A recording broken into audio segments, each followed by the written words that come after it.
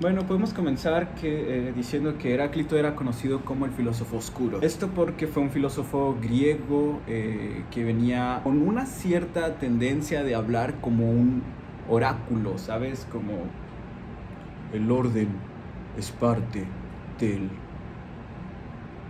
devenir. Así como sufrimiento. Así, ¿sabes? De que súper odio a las personas porque no son inteligentes. Así, güey. Heráclito era súper oscuro, súper tronadillo. Al chile, la gente. Bueno, Aristóteles solía pensar que él era parte de los primeros filósofos que estaban un poco de que obsesionados con el origen de la existencia. Y en cierta forma sí estaba obsesionado con el origen de la existencia como todos los filósofos, pero la diferencia con Heráclito y Tales y Anaxímenes es que este weón era demasiado edgy, ¿sabes? O sea, Tales, Anaxímenes y Anaximandro decían, pues va, la existencia es bonita y podemos hacer que tenga un sentido específico, pero Heráclito decía, no perras, todo viene de la destrucción y vamos a morir, pero a la vez eso es parte de nuestro valor fundamental. Entonces, pues sí, fue conocido como el filósofo oscuro y vivió en el siglo VI a.C. en Grecia. Sus escritos han sido conservados en fragmentos, solamente en pequeños fragmentos, y su pensamiento se caracteriza con la idea de que todo está fluyendo y que nada va a permanecer de la misma manera. Es decir, una idea del constante cambio y del movimiento en su forma natural, ¿no? Heráclito también habla sobre logos y sobre este principio ordenador que tiene la existencia y cómo este fundamenta los movimientos de vivir. Según Enrique Hulsa, todos los temas de los que habla Heráclito están conectados entre sí y es algo así como el ente deviene a través del conocimiento y este conocimiento lo encuentra dentro de sí. Si no escucha eso puede pasar toda su vida dormido y así, ¿sabes? Entonces Heráclito sostenía que todas las cosas se hacían por su contrariedad. Si existe algo, por el contrario, va a existir algo que busque su muerte, pero esa muerte va a hacer que nazca, entonces bastante épico, ¿no? Y estos cambios están en constante movimiento. El universo es finito y el mundo es demasiado único. Esto es producido por un fuego, el cual quema alternativamente ciertas consistencias existenciales de los humanos. La guerra y la lucha son los contrarios que llevan a la generación de la existencia. Y el incendio es la concordia que busca la paz. Este weón está demasiado acá, ¿sabes? De que bastante... El cambio es un camino hacia arriba y hacia abajo. Y es a través de él que se produce el mundo. Heráclito es conocido por estos conocimientos y es considerado como uno de los primeros filósofos físicos. De los que creían que el mundo procedía de un principio natural. Pero como les decía, esto es una consideración un poco arbitraria, porque realmente no es como que él hablara sobre un origen específico, sino que mencionaba el cómo se originaban las cosas, ¿sabes? Y esto no debe de ser interpretado tan literalmente como lo que decían los primeros filósofos, porque es lo que más se diferencia entre él y los primeros, que él no hablaba tan literalmente de la respuesta que estaba dando, sino que lo hacía de manera metafórica y por eso fue muy críptico o fue pues sí, muy metafísico el ahueonao, ¿no? Hacía las cosas demasiado de que, por un lado, racional, pero de manera metafórica. Para Heráclito, la naturaleza está regida por lo que se denomina como el logo. Esto es una antigua palabra griega con una variedad de significados al día de hoy, que podrían ser como razón, palabra o discurso sobre algo. Heráclito sostenía que la naturaleza está regida por esta ley llamada logos. Esta es una palabra que esto puede significar que es la ley universal que une al cosmos. Heráclito juega con los diferentes significados de esta palabra y pues en cierta forma no hay una razón para pensar que la usaba de forma diferente a como se usaba en esa época, que tendría que ser como la razón, ¿no?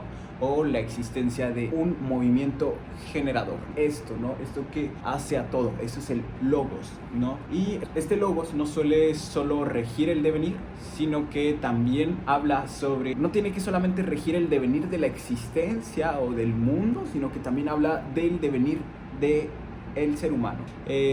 Aunque el punto que trataba de hacer énfasis Heráclito es que si el ser humano conoce a Logos es porque ha podido escuchar dentro de sí y por ende lo ha entendido.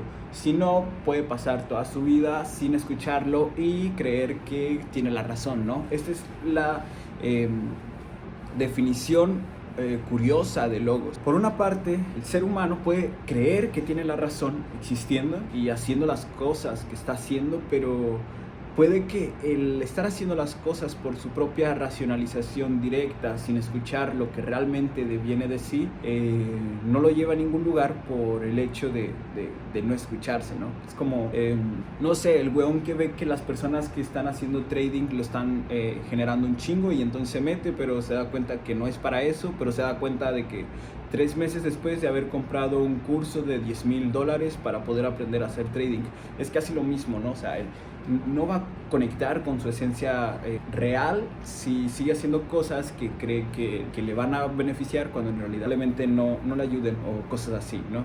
Heráclito sostenía que el orden real coincide con el orden de la razón. Esto genera una armonía invisible y que mejor que la conexión visible, es decir, mejor que esta racionalización visible que es esta persona le está yendo bien por hacer este tipo de cosas, es por eso que yo voy a hacerlo. Esta racionalización visible o esta armonía visible de acercarse a estos conocimientos es un poco vaga y no coincide con todos los seres humanos. Sin embargo, si conectas con esta armonía invisible que está dentro de ti, vas a poder conocer lo que exactamente tienes que hacer, ¿no? Es como si escucharas lo que siempre has pensado o siempre ha estado dentro de ti, pero que se va borrando conforme vas queriendo conocer el resto del mundo, ¿no? Heráclito sostenía que el logos se encuentra comúnmente dentro del alma. Hago aquí porque, bueno, supongo que por aquí está el alma, ¿no? O sea, desde acá nace, bueno, no tengo ni idea de cómo funciona, cómo existe el alma, pero viene de acá, papá, del pecho, de ser tú mismo, de ser lo más real posible. Y pues el logos viene de ahí, según Heráclito. Y es posible despertar mentalmente y escuchar a ese logos para poder acercarnos a lo que realmente somos. Esto suena similar a la doctrina del Tao y el cómo se conecta el escucharse a sí mismo para hacer lo que siempre ha sido, ¿no? Pero es muy curioso porque fueron en distintos lugares y en distintas épocas. Pero lo genial es que mantienen esa esencia y se puede decir que si una persona piensa en esto, tiene cierta coherencia, ¿no? O sea, escuchas lo que está dentro de ti, que a veces es difícil porque pues, todos estamos de que acostumbrados a escuchar lo que está afuera, pero escuchas lo que está dentro de ti y por ende haces, ¿no? O sea, no al revés, no de que haces porque estás escuchando lo que está moviéndose, ¿no? No sé, es sencillo en teoría, o sea, pero no todos lo hacen parte de eso. Así que sí. Y esto para él era el sentido natural de cómo va ordenándose la existencia misma, ¿no? O sea, cómo va ordenándose. Si tú naciste para algo, pues va a estar dentro de ti y tienes que escucharlo, si no, vas a estar dándole vuelta a la misma mierda, lo mismo que llevas pensando y que no te funciona y cosas. Pero si escuchas realmente lo que está dentro de ti, pues ya tienes el logo, pues acreditado para ti, papá. Si no, dale recio para donde quieras darle, vas a llegar al mismo lugar. Tienes que escuchar dentro de ti, decía Heráclito. Otra de las cosas que mencionaba Heráclito era la unidad de los opuestos. la cual sostenía que para alcanzar esta verdadera sabiduría se debe de agregar una actitud crítica y con forma de curiosidad, ¿sabes? Al uso de tus sentidos y de la inteligencia. Porque él decía, bueno, la mera acumulación de todos estos conocimientos que vayas adquiriendo a lo largo de tu existencia, pues no te va a ayudar en nada. Bueno, o sea, puede ser una biblioteca, ahí está la biblioteca de Alejandría, se quemó, nadie supo qué pasó, mira, no sirve mucho, ¿no? O sea, tú tienes que tratar de irle dando, ¿sabes? De que irle moviendo ahí por donde tú sepas y utilizando siempre tu curiosidad latente para acercarte a lo que quieres, ¿no? Esto va a hacer que tu verdadero conocimiento sabio se pueda desarrollar. Según Heráclito, lo sabio es uno y una sola cosa, ¿sabes? O sea, esta teoría de ver cómo en esta una unicidad divergente y constantemente contraria puede formar lo mejor, el cómo se unen todos estos opuestos y fluctuaciones específicas y el cómo originan una expresión de ti mismo hacia donde quiera que estés, ¿no? Heráclito sostenía que esta lucha o conflicto de los opuestos que estás percibiendo, ya sea de ti o del mundo, pues genera realmente la armonía, ¿no? Una armonía que está presente tanto en la naturaleza como en la condición que genera las acciones del ser humano, ¿no? Esto en los asuntos como luz y oscuridad, calor y frío, hombre, furro, ¿no? De que todo esto da sentido a la riqueza y a la existencia de la experiencia de vida. Según él, la discordancia o el contraste hacen que el mismo principio de contraste y armonía, que el mismo principio de concordancia y armonía fluctúen, ¿sabes? O sea, como que el hecho de que algo esté generando un problema está solucionando por el otro lado otras condiciones, ¿no? Aunque por otra parte, investigadores posteriores como Oswald Spengler mencionaba que no se habla realmente de la identidad de los contrarios, sino de las antinomias, que son más bien una unión de los opuestos. Es como una generación de una destrucción o cosas así, ¿no? O sea, es como el hecho de que algo puede ser meramente desarrollativo como contrario, dependiendo del punto de vista y así, ¿no? Este concepto pues obviamente fue explorado mucho tiempo después, pero en sí explica cómo la lógica de ciertas cosas pues puede ser contraria a su vez. Entonces pues es esto, ¿no? Es el cómo una misma situación puede generar contrariedades. En esta unión de los opuestos, Heráclito habló sobre este proceso de oposición como una lucha y que está buscando una justicia. Es como algo así, como algo que está explorando la caos para encontrar la armonía, o algo que está explorando la armonía y encuentra al caos, ¿no? Para Heráclito la realidad es una y es múltiple al mismo tiempo, y eso es lo que hace que se pueda percibir como una unidad la misma existencia, ¿no? O sea, de que no por el hecho de que algo dañe a alguien, este alguien es la única percepción de lo que ese algo expresó. Puede ser que otro alguien, percibiendo ese mismo algo, pues no sienta un daño, sino una renovación de su existencia. Es como percibir un mismo hecho por distintas personas o por distintas percepciones, ¿no? Está bonita mi playera. Es una playera muy bonita. A mí me gusta mucho esta playera. Esta playera me gusta de más playera.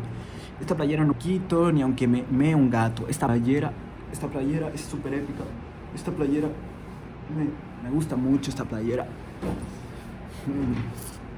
Así se definiría el proceso de la unidad de los opuestos, ¿no? Lo que crea una entidad, una idea universal, concreta, basada en la diferencia, es su propia lucha que busca la justicia de ese devenir, ¿no? Es como, se entiende, ¿no? O sea, se entiende lo que es la unidad de los opuestos. Bueno, yo lo entiendo un poco. No es tan difícil, es decir, creo que todos lo hemos vivido, esta unidad de los opuestos, o bueno, a lo mejor y no.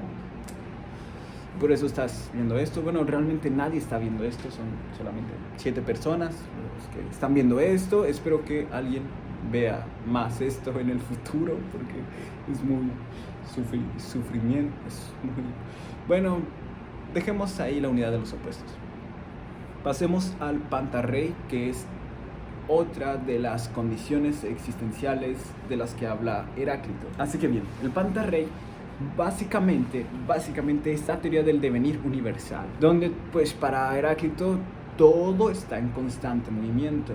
Su filosofía se basa en este Pantarrey, que significa todo fluye. El devenir está impulsado por el conflicto y, según Heráclito, la guerra es la forma en la que las cosas existen, ¿no? O sea, una contienda, una lucha que al mismo tiempo es armónica, pues es lo que origina que las cosas existan. Es como, ok, quiero llegar al fondo de cierta idea, pero solamente sé que allá existe. Entonces todo el proceso en el que voy a verme enfrentado para llegar a este espacio, pues implica una lucha constante para poder llegar a esa armonía que busco, ¿no? O cosas por el estilo.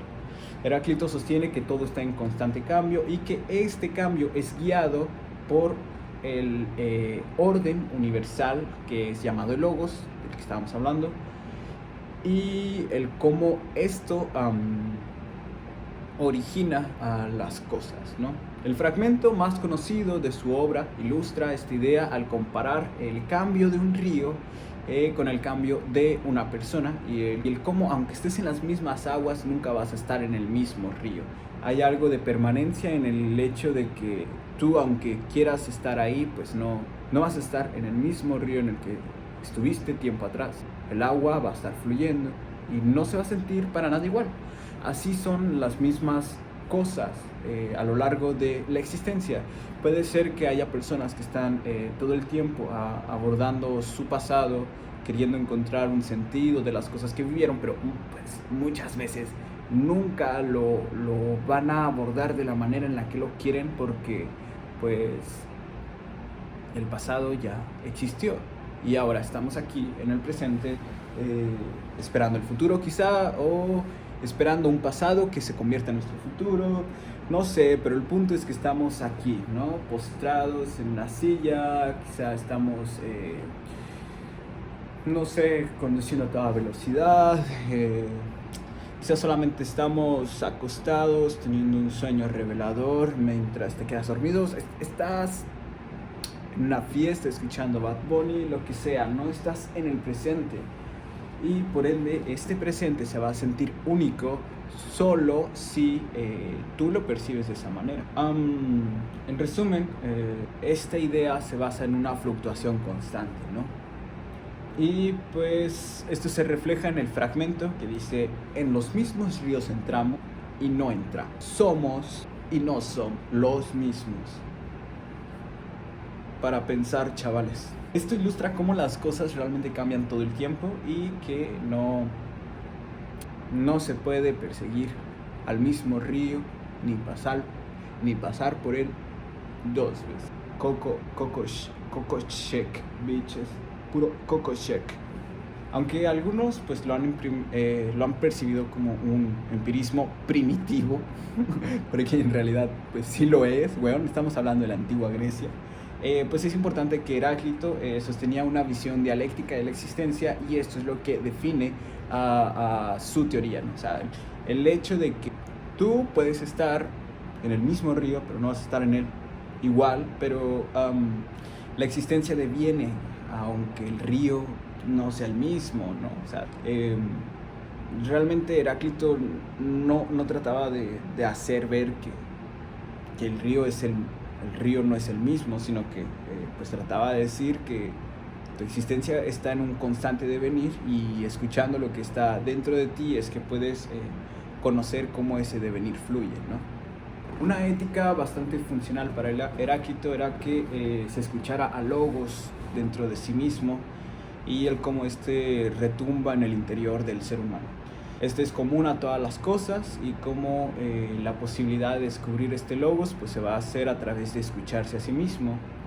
A su vez, pues Heráclito fue el primer filósofo en expresar realmente la palabra cosmos.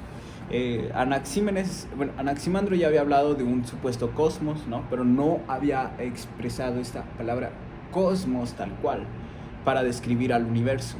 Él hablaba sobre la forma en la que la Peyron explicaba el constante movimiento indivisible del mundo, pero no había hablado de un cosmos específico. Entonces, pues fue Heráclito quien dijo, va, cosmos, ¿no? Cosmos, eso es lo que significa la descripción del universo. Según él, el universo es finito y es único. Es como una bóveda celeste, es como un cuenco invertido que forma las llamas de los astros. Es una mamada el chile, pero bueno, más o menos así va, ¿no? Albert Einstein decía como algo similar, ¿no? Movimiento de la teoría de cuerdas y toda esa chingadera, ¿no? O sea, el cuenco, no sé.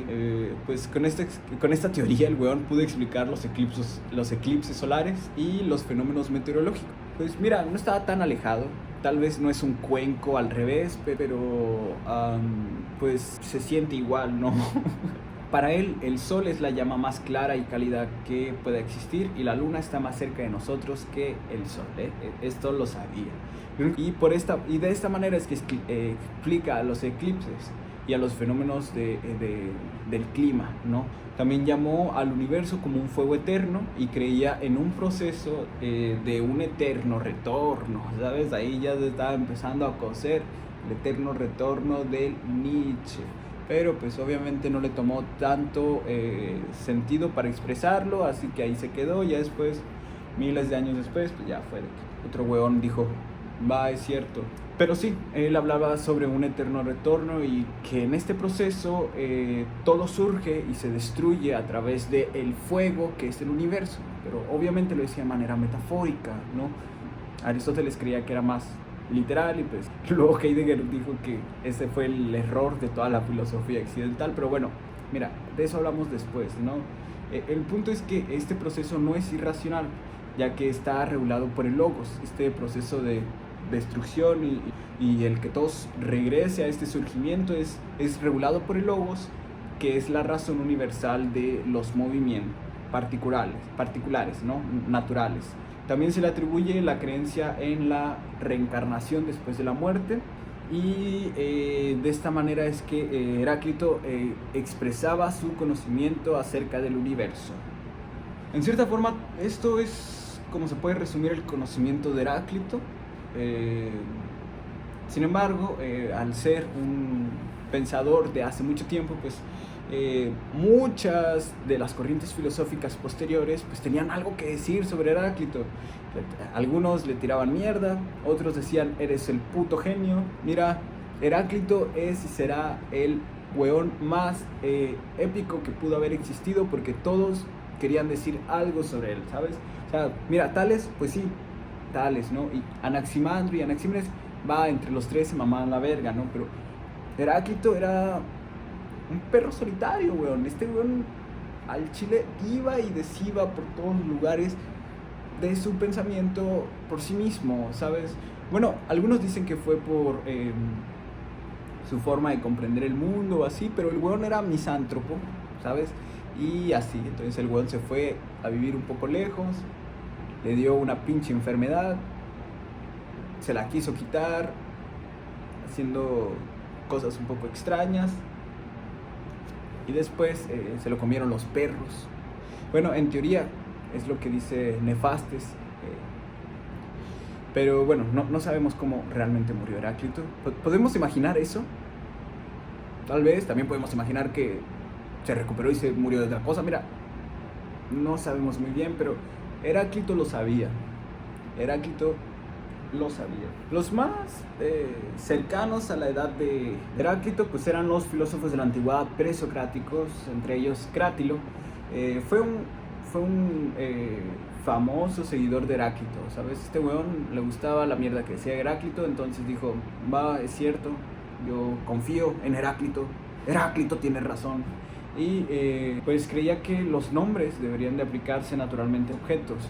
Crátilo consideró que no se puede decir nada sobre el mundo en constante cambio y llegó a la conclusión de que no se necesita decir nada. Este weón lo sabía, de verdad sabía, ¿no? No se tiene que decir nada, solamente se tiene que vivir el mundo, solamente se tiene que vivir la existencia. Esta idea de cambio justifica el escepticismo, ya que no se puede definir una cosa que no tenga una naturaleza permanente. O sea, es básicamente lo que quería decir. No se puede decir nada sobre la existencia porque todo cambia, ¿no?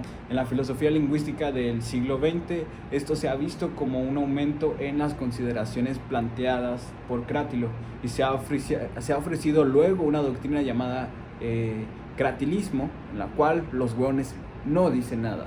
Bueno, no es cierto, sí, o sea, sí existió, pero no se definía por eso. O sea, hablaban más bien sobre cómo las cosas existían con una naturaleza que iba cambiando, entonces pues el sentido de que estas fueran nombradas de cierta forma no debería de ser postergado por más de cierto número específico de tiempo. Ahí los cratilenses, los craticulos, pues ya sabrán cómo hablar, ¿no? Cómo expresarse.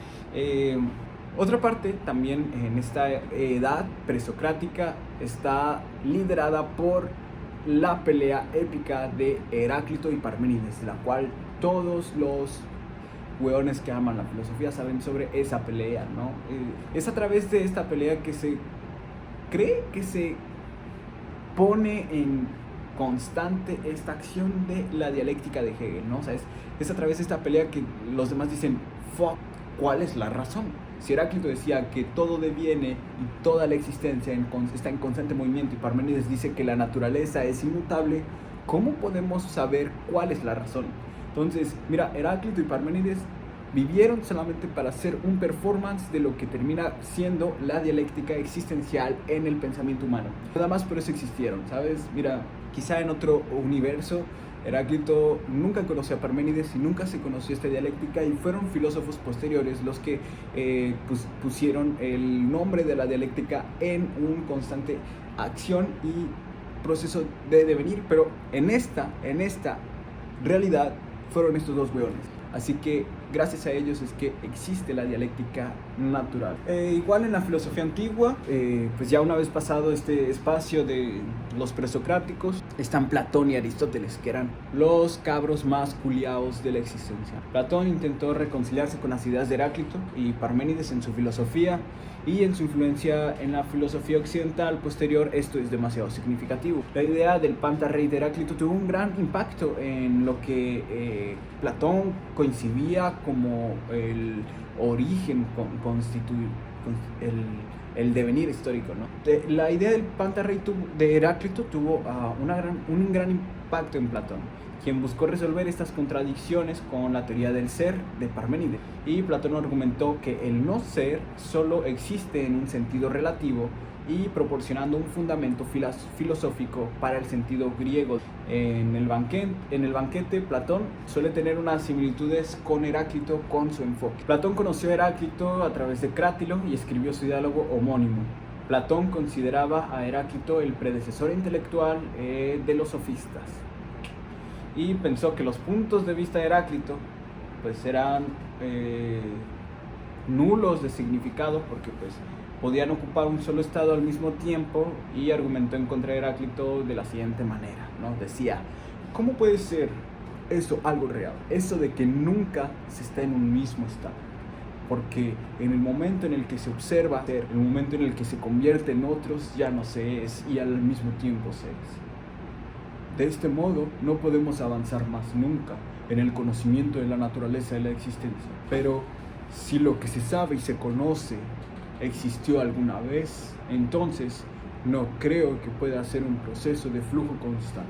Bajo este tipo de crítica, pues Platón intenta decir que Heráclito, pues decía, no puedes decir que nada existe tal cual, porque si no, ¿cómo mierda se estudia? ¿Sabes? O sea, ¿cómo puedes estudiar sobre algo si no siempre es lo mismo, ¿no? O sea, obviamente Heráclito no quería decir eso, solamente estaba dándole un sentido a otro tipo de devenir, ¿no? Pero pues por ahí se quiso hacer un bife el Platón, pero pues Heráclito ya había muerto tiempo atrás, pues, se lo comían unos perros, entonces no tiene mucho sentido que Platón dijera pues eso, ¿no? Pero bueno, bajo esta influencia Platón llegó a la definición de que los conocimientos universales no corresponden realmente a las cosas sensibles, y por ello lo introdujo a las formas, que bueno, ya después hablaremos de eso y cómo Platón define todos estos espacios, ¿no? Por el otro lado, Aristóteles pues no... Aristóteles simplemente dijo no mames, y dijo, bueno, que este estado de constante movimiento no es tan específico como el conocimiento de Parménides, y por ende fue mejor acogido por Aristóteles el conocimiento de Parménides, el cómo esta doctrina de la transición perpetua en realidad potenciaba un conocimiento más místico que racional y específico, ¿no? Heráclito sabía que el uno es eterno y espiritual, ya que solo lo que tiene el cuerpo se convierte en eterno y fluye, ¿no? De esa manera, pues, tanto Platón y Aristóteles tenían algo que decir sobre Heráclito, de diferente forma, sí, pero ambos concibían a Heráclito como alguien que había dicho algo que valía la pena de ser, pues, reposteado, ¿no? Esto lleva a comprender la visión de conocimiento heraclitiano de los opuestos como el caso de los mismos. Sin embargo, Sexto Empírico, un filósofo pirronista posterior, no estuvo tan de acuerdo, pues sí, ya había pasado mucho tiempo, y argumentaba que la idea de que los opuestos parecen ser el caso sobre lo mismo no es un dogma real de los pirronistas, sino una idea que ocurre tanto a los pirronistas como a los otros filósofos y a toda la humanidad. O sea, decía, mira, esto no es tan pirrónico como yo creo que es, ¿no? Esto es más bien humano.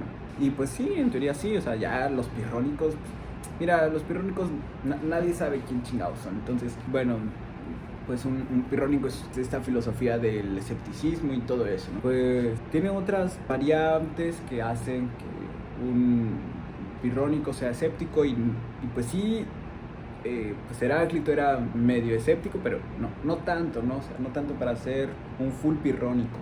Es lo que decía pues el Sexto Empírico. No, imagínate llamarte empírico, ha de ser súper hardcore, ¿no? Yo soy empírico. O sea, sí, güey, pero ¿cómo te llamas? Empírico.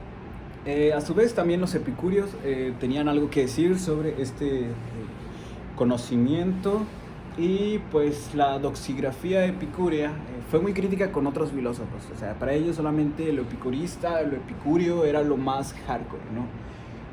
Así que pues en ellos incluyeron a Heráclito, el cual Epicuro se refiere como el confundidor. O sea, porque decía, weón, ¿qué chingado estás diciendo? O sea, ¿sé eso o no sé eso? Y pues el epicurio romano Lucrecio se refiere como este weón fue celebrado solamente por su lenguaje, por los griegos superficiales. Aquel pensador que realmente quiere conocer la existencia no se detiene por Heráclito. Los sabios que buscan la verdad sabían que Heráclito era un pendejo. Entonces Lucrecio pues realmente criticó esta cosmología que tenía Heráclito de su pantarrey y el cómo las cosas están compuestas por la misma esencia, ¿no? Aunque en realidad pues estas críticas no eran dirigidas realmente para Heráclito, sino más bien para los estoicos, porque pues ya en esa época lo que estaba pasando era pues una diferencia de escuelas filosóficas, ¿no? Epicúreos como estoicos, como los pirrónicos, pinches locos. También curados esos güeyes, como todos tienen nombres bien extraños. Pues los estoicos, pues, por su parte, creían en los principios fundamentales de Heráclito y la filosofía de este mismo, y el cómo se derivaban todos estos conocimientos a través de desarrollos que fluctuaban entre sí. Es más evidente en las cosas que decía Marco Aurelio. No hay una conexión muy explícita entre los estoicos y Heráclito que muestren cómo llegaron a esa interpretación del mundo, pero pues se puede inferir a partir de los fragmentos estoicos que pues, percibían a la existencia como un devenir, ¿no? Estas modificaciones sobre lo que los estoicos percibían, lo que Heráclito percibía, era algo medianamente vago, o sea, era casi lo mismo. Y pues no es como que todos los estoicos hayan percibido a Heráclito como alguien correcto. Ya fue los estoicos posteriores quienes percibían que Heráclito pues hablaba sobre un principio que no era tan factible y todas estas cosas, ¿no? Así que en cierta forma pues los estoicos adoptaron el pensamiento de Heráclito sobre el devenir y sobre el conocimiento interno, pero pues obviamente no es como que fundamentara todo el conocimiento estoico, sino que pues, formaba parte de lo que creían, ¿no? No era un punto decisivo, pero sí decían, tenías razón. En teoría, pues Heráclito fue conocido como el Oscuro. Ya resumiendo toda la existencia de todos estos procesos, pues este filósofo pues fue muy influyente a la hora de decir las cosas que dijo, y esta idea del constante cambio pues realmente marcó un parteaguas en el conocimiento de las personas que están influenciadas por la filosofía. Y aunque sus escritos se conserven en pequeños fragmentos, su pensamiento se define como todo está fluyendo y nada va a permanecer de la misma manera. Ya pues para terminar todo esto, pues podemos decir que podemos aceptar el pensamiento de Heráclito como algo que nos puede ayudar a ver las cosas de una manera en movimiento, y que no hay que tripearnos tanto con el hecho de definir algo, ¿no? O sea, hay que vivir bien, tranquilamente, aceptando los cambios que la misma vida tiene para nosotros, y acercarnos a nuestra forma de devenir única, nuestra forma de devenir específica de lo que somos, ¿no? Así que ya para terminar con esto, pues espero que se hayan aburrido un buen rato y que hayan no entendido una mierda, porque eso es lo que hace la filosofía. Y pues nada, nos vemos en el siguiente video, ya hablando de creo que es Parménides. Ahora sí, hablando de Parménides. Pues nada, espero que tengan un bonito día y lo que sea. Hasta luego. Cuídense. Chao, chao, chao, chao.